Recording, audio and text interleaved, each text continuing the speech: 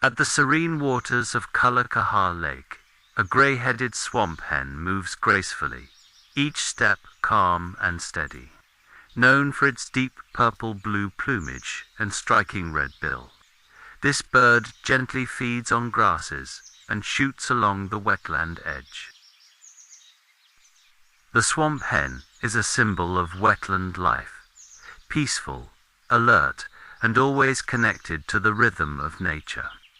Here in Pakistan's lakes and marshes, the grey-headed Swamphen reminds us to pause, breathe, and rediscover the quiet beauty of the natural world.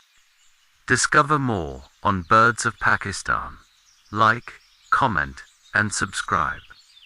Together, let's celebrate the beauty of nature.